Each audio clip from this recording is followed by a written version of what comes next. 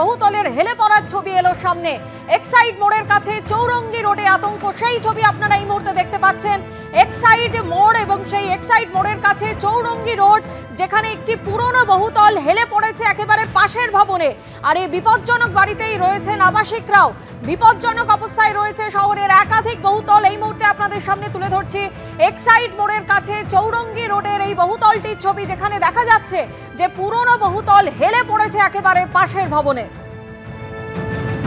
সরাসরি আমাদের প্রতিনিধি হিন্দল দে আমাদের সঙ্গে রয়েছেন। হিন্দল, আমরা সেই ছবি দেখতে পাচ্ছি এক্সাইড মোড়ের কাছে চৌরঙ্গি রোডে, যেখানে পুরনো বহুতল একেবারে হেলে পড়েছে পাশের ভবন। এবং সব থেকে উদ্বেগজনক যে জায়গা, যে ওই পুরনো বহুতলের সেখানে আবাসিকরাও রয়েছে।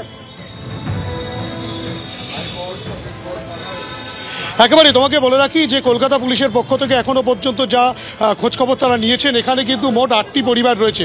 তুমি দেখতে পাচ্ছ ভবানীপুর থানার পুলিশ, তারা কিন্তু তথ্য সংগ্রহ করছেন এবং এখানে মোট 8টি পরিবারে যে কতজন মেম্বার রয়েছেন সেই বিষয়টা কিন্তু জানার চেষ্টা চলছে। এখানে একজন আবাসিক রয়েছেন, এই বাড়িতেই থাকেন। এই যে বিপজ্জনক বিল্ডিং, এটা তো দীর্ঘদিন ধরেই হেলে রয়েছে, কতটা আতঙ্কের মধ্যে প্রহর কাটান? কোনো আতঙ্ক নেই, কেন বিল্ডিংটা তো পুরোটাই আমরা সেফ আছি। কিভাবে বুঝতে পারছি বিল্ডিংটা কোথায় পড়ে যাবে, কোথায় বেশি হলে উপরে দুটো এমনি হয়ে যাবে, এখনই পালিয়ে যাবে না। হাসপাতালে এমনি আছে, অনেক দিন থেকে আছে। বিল্ডিংটাও তো প্রায় ভগ্ন প্রায় অবস্থায় রয়েছে। আছে কেউ করছে না, কোর্টে কেস চলছে, বাড়িওয়ালা করছে না, আমাদের করা অ্যাথরিটি নেই। কাউন্সিলরকে জানিয়েছিলেন বা পুরসভাকে জানিয়েছেন? সে বাড়িওয়ালা জানাতে পারে, আমরা তো ভাড়াটিয়া। আপনাদের মোট কটা পরিবার আছে এখানে? প্রায় 7-8টা পরিবার আছে। 7-8টা পরিবার রয়েছে, পরিবারের সদস্যরা রয়েছে। আপনিও তো এই বিল্ডিংয়েই থাকেন। পুলিশের তরফ থেকে কি জিজ্ঞাসা করা হলো? যেটা আমাদের ভালোর জন্য সমস্ত শহরের নথির ঠিকানা নিয়ে রাখলো। আগেও পুলিশও আমাদের বলেছে, কিন্তু স্যার আমাদের কিছু করার নেই। আমরা যাবো কোথায়? হাইকোর্টে কেস আছে, যাবো কোথায়? এটাই কিন্তু বাসিন্দাদের বক্তব্য। বিপজ্জনক অবস্থায় থাকা সত্ত্বেও তারা এখানে রয়ে গিয়েছেন।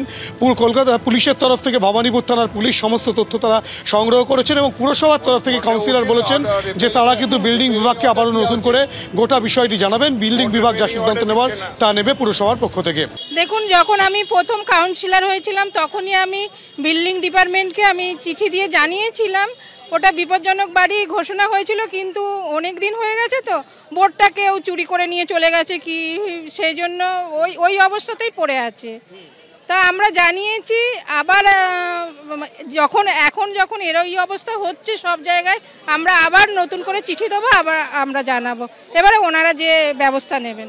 সাংঘাতিক বিপজ্জনক, ওটা না সারালে ঠিক হবে না। আপনারা কাউন্সিলরকে জানিয়েছিলেন স্থানীয়? হ্যাঁ, সবাই জানে, পুরো আমাদের কেস চলছিল, সবই জানে।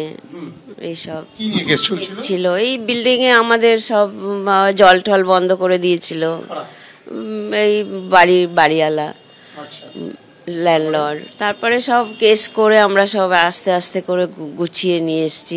লাইট কারেন্ট কেটে দিয়েছিল, কারেন্ট এনেছি আমরা নিজেদের পয়সায়, কেস লড়েছি আমাদের নিজেদের পয়সায়, এইভাবে রয়েছি। এই বিল্ডিংটা কতদিন ধরে এরকম ভাবে হেলে রয়েছে? যেদিন থেকে মেট্রো রেল হয়েছে, তো বহু বছর। হ্যাঁ, সেই থেকেই পড়ে আছে, কিছুই করছে না। ওই টাকা দিতে হবে বলে, আর ওরা আর কেউ কোনো তাকাচ্ছেও না, বলছেও না কিছু। এখন তো বেশি 100 বছরের পুরনো বাড়ি, তা তো হবেই।